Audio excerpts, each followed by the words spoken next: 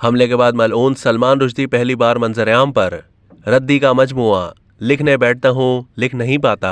इस्लाम मुखालिफ तौहीन आमेज नावल के 75 साला मुसन्निफ मलऊन सलमान रुश्दी ने चाकू हमले के बाद पहली तस्वीर शेयर कर दी।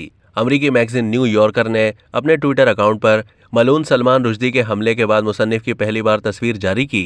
हालिया एक इंटरव्यू में सलमान रुश्दी ने कहा है कि हमले के बाद मुझे लिखने में दुश्वारी हो रही है।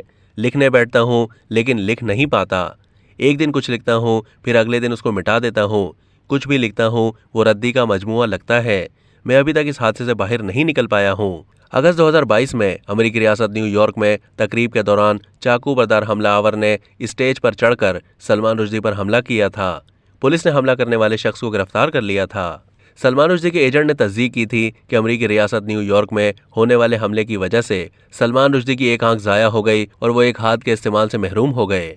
अब तक के लिए इतना ही। मजीद मालूमात के लिए डेली जंग के यूट्यूब चैनल को सब्सक्राइब कीजिए।